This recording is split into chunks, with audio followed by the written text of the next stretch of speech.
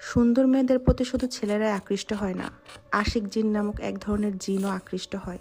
তাই সুন্দর মেয়েরা একা চলাফেরা করা থেকে সাবধান। জিন ভূতের রাজ্যে তোমাকে স্বাগতম। আমি Maisha's tiny world.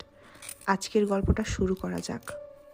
Riddhi up আমার বড় চাচার মেয়ে, ভালো নাম রিদিতা। আমরা সবাই তাকে রিদি বলে ডাকি। রিদি আপা আমাদের পরিবারের একমাত্র কন্যা সন্তান হওয়ার সুবাদে তিনি আমাদের যৌথ পরিবারের সকলের মধ্যমণি। সবাই আপাকে আদর ভালোবাসে বড় করেছেন। আপাও আমাদেরকে অনেক ভালোবাসেন, স্নেহ করেন। আপা যখন মেট্রিক পাশ করলো তখন তাকে আমাদের গ্রামের একটা কলেজে ভর্তি করে দেওয়া হয়। দেখতে অপরূপ সুন্দরী হওয়ায় তার আগে থেকে আপার জন্য বিয়ের প্রস্তাব আসতে শুরু করে। চাচা সেসব ফিরিয়ে দেয়। তার স্বপ্ন মেয়েকে বড় শিক্ষিত বানাবেন। তবে ভাগ্য যেন ভিন্ন কিছু নির্ধারণ করে রেখেছিল।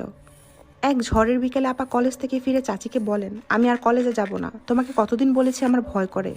মনে হয় কে যেন আমার পিছু পিছু আসে, আমাকে দেখে তাকিয়ে থাকে। আমি হাঁটার শব্দ পাই, আমার পায়ের সাথে পা মিলিয়ে হাঁটে সে। অথচ পিছনে ফিরে দেখি কেউ নেই, কোনো কাকপক্ষীও নাই। আমি দৌড়াতে শুরু করি, বাকি রাস্তাটা আমি দৌড়ে দৌড়ে আসি। তখন মনে হয় সে অদৃশ্য কেউ আমার ঠিক কানের কাছ দিয়ে আসে। মনে হয় সেও আমার সাথে সাথে দৌড়ায়। আবার যখন কোনো সঙ্গী পাই এদিকে আসার, তখন আবার এসব অনুভব করি না। আজকেও আরও বেশি ভয়ানক ব্যাপার হয়েছে। আমি যখন নদী পাড় দিয়ে ছাতা হাতে হাসছিলাম, তখন হঠাৎ করে দেখি আমার শরীরে একটা গরম বাতাস স্পর্শ করে গেছে। ঝড় বৃষ্টির দিনে গরম বাতাস স্বাভাবিক ব্যাপার না, কিন্তু তারপরে যা হলো সেটা আরও অস্বাভাবিক। স্মৃতিগুলো ঝাপসা। তবে এতটুকু মনে আছে যে আমি যা দেখলাম, আমি হুট করে অন্য একটা জায়গায় চলে গেছি, যেখানে ফুল বাগানের শুরু আছে কিন্তু শেষ নেই। সুন্দর সুন্দর অনেক মানুষ সে বাগানে কাজ করছে। তাদের সৌন্দর্যের বর্ণনা দেওয়ার মতো ছিল না। মনে হচ্ছিল যেন তাদের শরীর থেকে আলো বের হচ্ছে। আমার সাথে একটা যুবক ছেলে ছিল, তাদের দলেরই। ছেলেটা তাদের কি যেন বলছে, আমিও তাদের সাথে হেসে কথা বলছিলাম। ছেলেটার সাথে আমাকে দেখে অন্য মানুষগুলো খুব খুশি হয়েছিল, আমাকে এটা সেটা এনে দিচ্ছিল।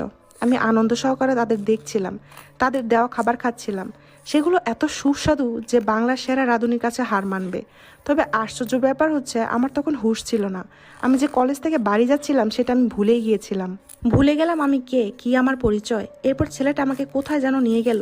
অদ্ভুত একটা কাঠের মতো দরজা, তার ওপাশ থেকে আবার আলো আসছে। মেঘের মতো ঘন কুয়াশা, কাশ্মীরি শালের মতো কারুকাজ করা সাদা পর্দা। ওটার ওপাশে আসতে আমার হুঁশ ফিরে এলো। আমি দেখি আমি সেই নদীর ধারে দাঁড়িয়ে আছি, হাতে 2টা আপেল আর একটা আংটি। সেসব খুলে নদীতে ছুঁড়ে দিয়ে আমি বাড়িতে চলে আসলাম। এবার বল আমি কি করব।